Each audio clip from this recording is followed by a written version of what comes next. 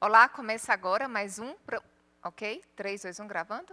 Olá, começa agora mais uma edição do programa Fala Vereador, com um tema muito diferente para esse mês de março, que é o mês em alusão ao Dia Internacional da Mulher. Nesse momento recebemos aqui a vereadora Cláudia Guerra, que é procuradora da mulher aqui na Câmara Municipal de Uberlândia e também relatora da Comissão dos Direitos das Mulheres aqui na Câmara, vereadora. A gente tinha comentado aqui antes que os cargos dizem muito aí a luta, né, vereadora? Sem dúvida nenhuma, a gente escolhe algumas atuações e aqui as comissões permanentes são muito importantes. Então, estou na de educação, como professora há 25 anos, Isso. na de mulheres, como ativista de mulheres há 30 anos, de promoção das mulheres, e também na de saúde, porque a gente sabe que melhorando a saúde das mulheres e criando essa condição, a gente também melhora toda a família. Então, nesse sentido, essas comissões. E a Procuradoria foi um grande ganho, né? Pensando no mês de março, que é o Dia Internacional das Mulheres, e com atividades todo mês, mas, independente disso, todos os dias devem ser dias de ação e de práticas de promoção das mulheres, e não só no mês de março.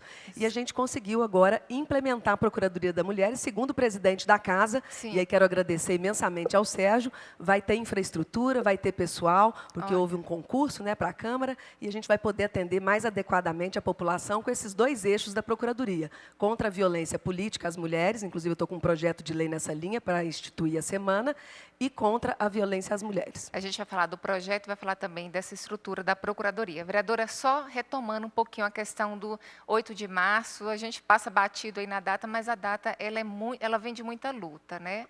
Ela vem de muito tempo, Sim. né? A gente viu aqui que há uma divergência histórica com relação a isso, Sim. mas a luta é com relação à condição insalubre das mulheres, valores, salários baixíssimos, quer dizer, tempos de trabalho, cargas altíssimas. E quando a gente pensa nessa data, porque a memória ela não é neutra, né? E a Sim. gente resgatar a possibilidade da memória é fundamental, não para repetir o passado, mas para verificar o que houve de mudanças, o que tem de continuidade e o que, inclusive, que houve de retrocessos.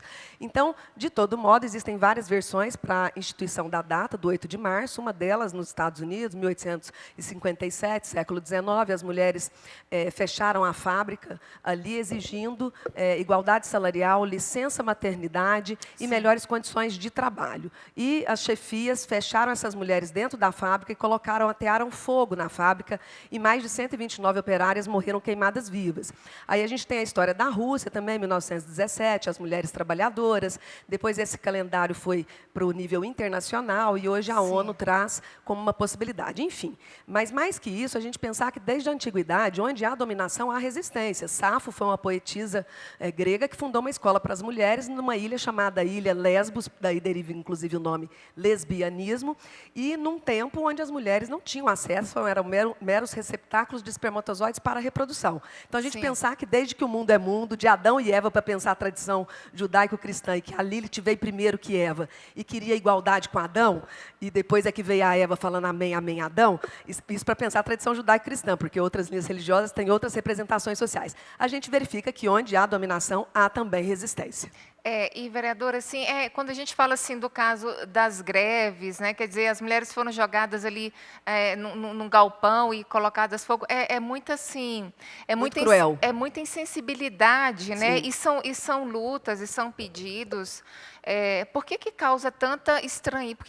Por que traz tanta insatisfação para os ouvidos, né? Porque tanta ojeriza. Mas pior que isso, Emilísia, no dia de hoje, 2022, as mulheres ainda receberem menos que os homens, em torno de 30%, exercendo as mesmas funções e tendo mais escolaridade que eles em todos os níveis. Sim. E aí a gente verifica que há ainda uma permanência, quer dizer, tantas lutaram, tantas morreram, e a gente ainda tem isso, né? Então, é inadmissível, não faz sentido nenhum, né? Falar, porque são incompetentes. Opa, tem mais escolaridade em todos os níveis, são força produtiva e reprodutiva da nossa nação, são a maior parte da população, 52%, a maior parte das eleitoras, são elas que cuidam dos idosos, dos doentes, dos filhos, e inclusive isso é lamentável, porque avanço seria a distribuição das tarefas domésticas e cuidado com os filhos. Não à toa que nós temos também um projeto de lei para igualar, no nível de servidores e servidoras públicas municipais, a licença maternidade e a licença paternidade, porque ainda hoje parece que o filho é só da mãe, até para xingar seu filho da mãe, né? Então, a gente quer licença maternidade e licença maternidade e paternidade iguais, porque o vínculo ele não é só biológico. Algumas mulheres sequer amamentam. Quem adota tem direito também à licença, inclusive homens que já adotaram tiveram licença de 6 meses. Então, que tenha 6 meses para homens e mulheres, para essa divisão mais igualitária de tarefas, porque aí o impacto na saúde mental das mulheres está muito grande. A pandemia jogou isso na cara da gente, a sobrecarga, força produtiva, reprodutiva, trabalhando virtualmente, cuidando dos filhos, dos idosos, dos doentes, porque predominantemente são elas. Isso é inadmissível, é uma sobrecarga. Elas não têm que ser Mulher Maravilha. E, vereadora, a gente está num contexto agora de guerra, de conflito, né? Na Ucrânia, né? Na Ucrânia, a gente vê uma separação muito grande com relação a habilidades de mulheres e de homens. As mulheres são refugiadas, vão com os filhos, não sabem para onde vão, e os homens ficam para a guerra, para lutar. Aí, eu acho que nesse momento aí, nessa questão do conflito, parece que tudo se dissolve. O que se construiu se desfez. Bom, primeiro que guerra do meu ponto de vista, é uma imbecilidade, só tem perdedores. É claro que ganha quem vende armamento, né, quem ganha com isso, né, as indústrias de armas, com certeza.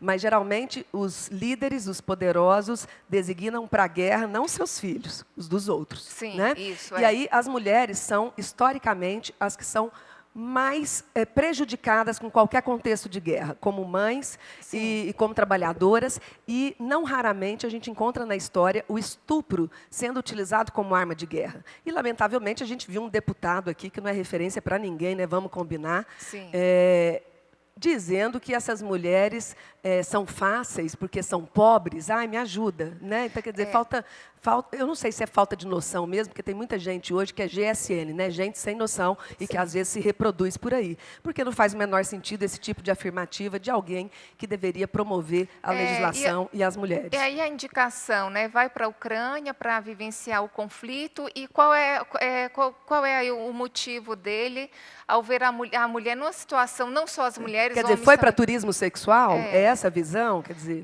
e assim, ele queria se aproveitar da guerra, ele queria se aproveitar das mulheres na guerra. Então, a condição é muito deplorável. Que ainda Emilísia, a percepção e a objetificação do feminino. A mulher vista como objeto. E é lamentável que isso parta de alguém que ocupa um espaço de poder, que deveria promover direitos humanos, promover os 17 objetivos da ONU, sendo que o 5º é a igualdade de gênero, igualdade entre homens e mulheres. Lamentável. E ele vai lá fazer diferença entre a mulher por uma aparência, se é bonito ou não.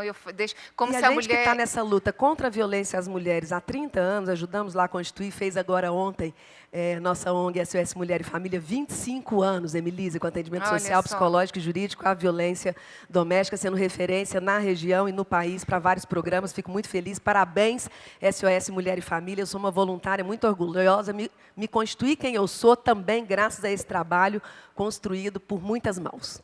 De muito tempo, né, vereadora? De muito tempo. De muita luta. E outra coisa, eu queria falar especificamente sobre essa luta sua. Como é que mantém a energia durante tanto tempo? Porque é diária. Olha, eu vim para esse espaço, eu nunca estive na política institucional. Eu vim nesse espaço porque eu sei que espaço não fica vazio. E as tranqueiras estão ocupando. Então, é preciso que quem seja decente, que gosta da transparência, que faz pelas pessoas mais desassistidas e vulneráveis, ocupe. Né? Então, a gente ocupa mesmo. E é importante você aqui no jornalismo, eu aqui como vereadora, e ainda permanecendo com essas ações junto à comunidade, para a gente não perder o pé, né? Que é importante. O pé com a comunidade, para a gente não esquecer quem a gente é e de onde que a gente veio. A minha mãe criou 4 filhos praticamente sozinha. A minha avó ajudou a criar a gente. Eu sou de uma família matrilinear de mulheres que sempre estiveram à frente, que se separaram muito cedo, com filhos muito pequenos e que foram chefes de família. Hoje está chique, fala mãe solo. Então, a nossa luta aqui também é por mães solo, mães atípicas, que é um projeto de lei nosso também para o Dia das Mães Atípicas, que são mulheres que cuidam dos filhos com deficiência. E a maior parte são mulheres. E você imagina que difícil. A gente tem a Carol Cordeiro no nosso gabinete, com o Pedro, né, que é um fofo que eu amo de paixão, com uma doença rara. Mas, olha, é muito trabalhoso. E nem sempre tem essa contrapartida, essa divisão de tarefas com outros membros da família. E é uma sobrecarga do cão. E, muitas vezes, ela não tem como cuidar de si. Então, o que a gente quer pedir? Vai para fazer um atendimento odontológico no filho, aproveita esse momento e ela faz também a consulta. Sim. Porque é uma carga horária tripla e que, muitas vezes, não tem a oportunidade do autocuidado. Então, é muito importante que a gente esteja atento para esses aspectos. Ela fica deixada muito de lado, né? Muito de lado. Agora, vereadora, sobre essa questão aí da questão da vulnerabilidade da mulher, parece que o tempo vai passando e as reivindicações parecem muito similares, sem muito avanço, né? Principalmente com relação à pobreza. A ONU está aí com uma temática de sustentabilidade, né? O tema da ONU para esse ano. E é assustador a gente lembrar que 70%... Gente, a pobreza tem cara, tem carne, osso. A pobreza, 70% da pobreza são mulheres, e especialmente mulheres negras. Então, não dá para não fazer o recorte e essa interseccionalidade de classe social, raça e etnia. É preciso, porque os dados estão contando isso para a gente. Então, até para que haja políticas públicas, e nós temos no gabinete também uma assessoria com a Rúbia, mulher negra maravilhosa do movimento negro, esse recorte é muito importante. Então, a prefeitura ter no site, ter nos seus diagnósticos esse recorte racial e étnico, possibilita também políticas públicas. Sem diagnóstico, gente, não tem como. Antes de falar do diagnóstico Uberlândia, vamos só falar aqui do Dia Internacional da Mulher 2022 pela ONU, é igualdade de gênero hoje para um amanhã sustentável. Justamente são mulheres e meninas que são mais vulneráveis por serem pobres, estão aí nessa linha de pessoas mais necessitadas, mas também estão na linha de frente aí combatendo a questão das mudanças climáticas e engajadas Os 17 Objetivos de Desenvolvimento Sustentáveis, todos eles pressupõem a questão da sustentabilidade. E as mulheres estão muito alinhadas a isso. Então, preservar a vida é preservar também o planeta. E as mulheres, portanto, muito mais afinizadas com essa temática. Nós temos um plano diretor na cidade, mas nós não temos ainda uma cidade inteligente, uma cidade sustentável, como nós gostaríamos. É muito mais marketing do que prática social. Então, há muito que se avançar nesse sentido. E aí, nós precisamos, por exemplo, a fome, a insegurança alimentar é muito maior das mulheres. Por outro lado, são elas que estão nas cozinhas comunitárias na cidade de Uberlândia e em várias cidades, dando conta dessa história que deveria ser uma política pública. Nós fizemos um indicativo ao prefeito de restaurante popular. As pessoas estão passando fome. Então, indicativo, e a maior parte da pobreza, mulheres. Então, indicativo de restaurante popular. Nós fizemos indicativo também para o uso de absorventes, e que hoje vai junto com o kit escolar, tem os absorventes para as meninas. Tem um índice enorme de 25% de meninas que faltam, dado da ONU, à escola, exatamente porque estão no período de menstruação e não tem o absorvente. Muitas usavam miolo de pão, gente. Miolo de pão. Esse indicativo foi atendido? Verdade? Não foi. Estamos ainda aguardando em cima do prefeito e vamos aproveitar esse momento, mês de março, para que essas pressões aconteçam mais incisivamente. Várias mulheres dos movimentos unificados, o 8M, trouxeram, na semana passada, uma série de diretrizes de políticas públicas entregues aqui na Câmara Municipal para todos os vereadores, para a mesa diretora e também para o prefeito. E essa questão está imbuída aí, que é o indicativo que a gente fez exatamente do absorvente. Os dos absorventes já estão contemplados na educação, mas os restaurantes populares, não. E nós fizemos também um indicativo com as emendas impositivas, que agora os vereadores têm, né, a partir desse ano. Nós fizemos para a clínica poética, porque a maior parte da saúde mental impactada hoje na cidade, no país e na região, das mulheres. E principalmente as mulheres pobres que não têm acesso. E para a juventude também. Nós não temos na saúde pública em Uberlândia, da faixa etária jovem, esse atendimento. E com a pandemia, crianças e adolescentes, por 2 anos dentro de casa, houve um impacto muito significativo na saúde mental.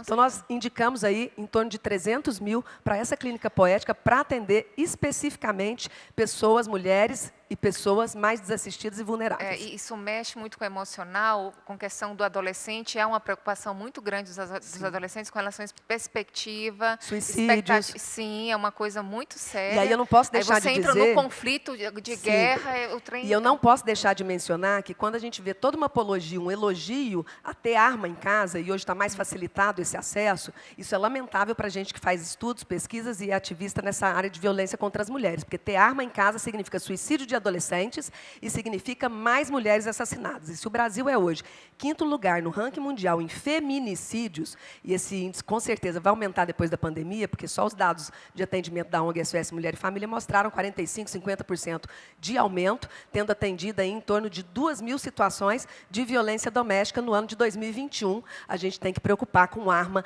dentro de casa. A arma dentro de casa não significa segurança, dizem as pesquisas todas. E daí nós temos a legislação que não garante tudo, mas que é importante, porque é preciso também as políticas públicas. A Lei Maria da Penha, a gente aqui estava fazendo um histórico, né, de 2006, a Lei contra o Feminicídio de 2015, a Lei contra a circulação de intimidade sem consentimento, seja vídeo, foto, etc., porque às vezes vira crime de vingança. Ah, eu estou namorando, mas agora não estou mais. E aí ele vai e põe foto dela nua ou divulga algum vídeo de intimidade. Isso é crime desde 2017. Então, é importante que adolescentes, alunos, alunas, prestem atenção aqui na professora.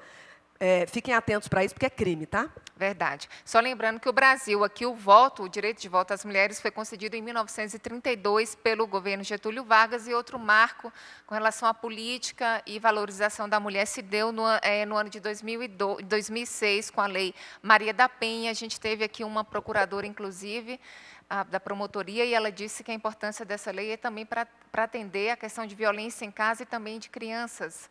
Vereadora. Sim, é muito interessante a gente pensar na trajetória política. As mulheres fazem política desde sempre. Sim. Mas poderem votar e serem votadas é muito recente na história. Com Você vê, certeza. 1932 e só em 34 de modo mais generalizado.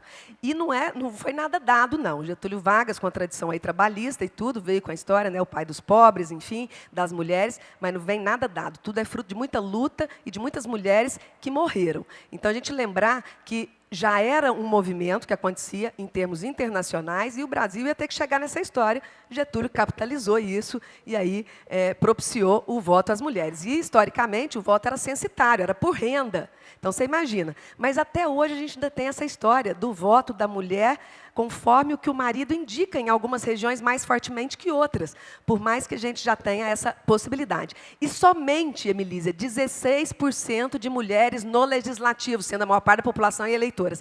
Não dá mais para isso. Nós temos que colocar mulheres de ação no legislativo e nos executivos, em nível municipal, estadual e federal. E tem que ter disposição, né? Disposição, porque só as mulheres vão trazer algumas pautas de promoção das mulheres, e com capacidade e com especificidades. Então, é muito importante colocar mulheres de ação, com trajetória de ação, no legislativos e executivos. Importante mesmo. Agora, vamos falar rapidamente sobre a Procuradoria da Mulher, e a gente termina com um balanço aí das suas atividades com relação à temática de gênero. Sim.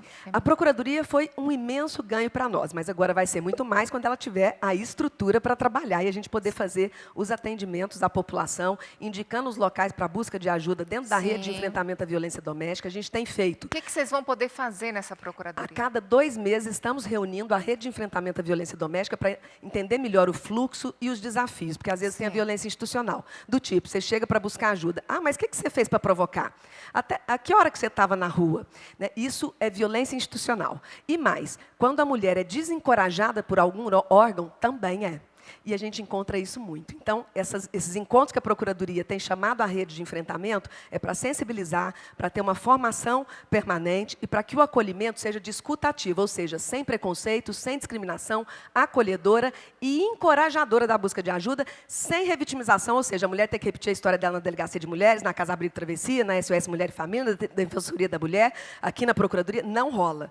Né? Quer dizer, fala uma vez, conta só uma vez a sua história e a rede que se articule. Sim. E não dá para ter via crucis, né? Ficar jogando a mulher daqui para lá, de lá para cá, porque não tem nem o dinheiro do ônibus, aquelas que são mais vulneráveis, que é a maior parte que acaba buscando esses serviços que são gratuitos e que são políticas públicas. Agora, a vereadora precisa de uma educação com relação ao comportamento da mulher, no sentido assim, diante de parceiros, diante de escolhas. Eu vejo assim que muitas situações seriam necessárias nesse sentido. Eu fiz um TED de 23 minutos, que não dá para a gente falar do conteúdo agora. Por que ela simplesmente não vai embora? Não é tão simples assim. Viver violência com alguém que você investiu sonhos, projetos, filhos, sexualidade, que você dorme junto, que você sente medo, mas sente também amor, é muito mais complexo do que viver essa violência com alguém estranho. Ali, acredita-se que há possibilidade de mudança, de que é porque às vezes está desempregado, e que é uma fase temporária, que vai passar, falta de apoio familiar, porque diz que se está ruim com ele, pior sem ele. Tem tantos fatores inibidores da busca de ajuda, às vezes a visão religiosa que a pessoa tem, também. a própria família, a visão religiosa de que Deus uniu, o homem nos separa. Então, assim, é muito complexo, por isso é preciso entender cada caso como único e as configurações. Mas é fato, a educação formal e informal são bases para a transformação. Com certeza. Então, gente, educar meninos e meninas para a igualdade, lugar de homens e mulheres pode e deve ser em quaisquer lugares, por habilidades e competências, e não porque é homem ou mulher, coisa fixa, né, carimbada. Não, lá em casa o Ricardo é que faz supermercado, não sei quanto custa as coisas, mas eu que acompanhei a obra da nossa casa, pagava servente, pedreiro, então assim, por habilidades e competências. Mas dividimos tarefas em relação a pagar as contas, em relação ao cuidado dos meninos. E mesmo assim não está fácil, imagina em casas que não divide. Então, gente, onde tem violência, é preciso dar um basta, buscar ajuda. A gente fez uma cartilha, Milísia, muito, muito importante. Ninguém tinha feito até então. A temática a primeira vez que é feita uma cartilha na cidade de Uberlândia, contando todos os órgãos da rede de enfrentamento à violência doméstica, o que cada um faz, onde fica, como buscar ajuda. Nós fizemos isso. E também fizemos um balanço de todas as nossas atividades em 2021, em xerox mesmo, que a gente não tem dinheiro, aqui não tem essas condições de trabalho, as pessoas acham que aqui a gente está nadando em dinheiro. Não está não, viu, gente? Não tem nem ar-condicionado, não tem verba indenizatória, não tem carro, não tem gasolina, não tem nada, enfim.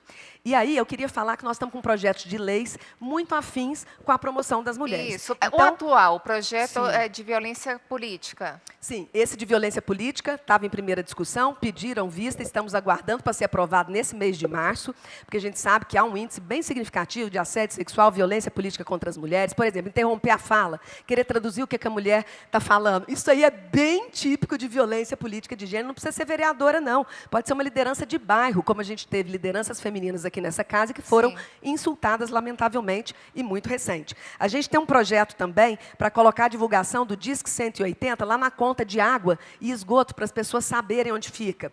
Um projeto de mobilização dos homens pelo fim da violência contra as mulheres. Tem muito homem bacana e parceiro nessa história. Muito bom. E tem a campanha do Laço Branco, que são os homens na luta contra a violência às mulheres. Nós temos também a Semana da Economia do Cuidado, ou seja, distribuir tarefas domésticas, cuidado com os filhos, com os doentes, não é só da mulher, não.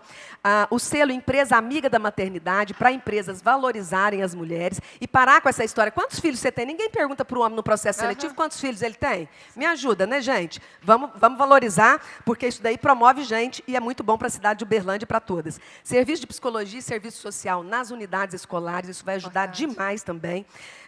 Isonomia antiga, né? das premiações para atletas, homens e mulheres, porque a gente sabe que é desigual ainda o salário e as premiações. E aí, um dos mais importantes, a gente igualar a licença maternidade e paternidade para as homens e mulheres no serviço público. Esse aí vai ser um desafio para você. Muito grande, mas eu tenho certeza que nós vamos ter apoio, porque todo mundo já entendeu que filho é da mãe, do pai, do Estado, do prefeito, com as políticas públicas, com a creche, com a escola, enfim, com os postos de saúde. E já tivemos aprovada a Semana Municipal da Maternidade Atípica, pusemos nome em rua de mulheres, porque parece que o espaço público é só masculino, é só nome de homem. Pusemos da dona Cora Pavan Caparelli, que eu conheci lá nos anos 90, admiro demais, um beijo para a família. Cacica Cauane Poti, que é uma índia, e fizemos também o Dia da Mulher Indígena. Enfim, o que a gente puder fazer para promover as mulheres, porque a gente já entendeu que transformar a vida das mulheres melhora a vida de todas as pessoas e, ao mesmo tempo, transformar a vida das mineiras melhora Minas, nós vamos fazer. É verdade. O programa hoje foi recheado de informações. E por isso a gente sempre metendo a colher na violência contra a mulher, na saúde, na educação, na moradia popular, em tudo que for possível, a gente mete a colher. Que bom, vereadora. Sucesso no trabalho. Muito obrigada pela sua participação. Muito obrigada por estar conosco, pela sua equipe, pelo gabinete.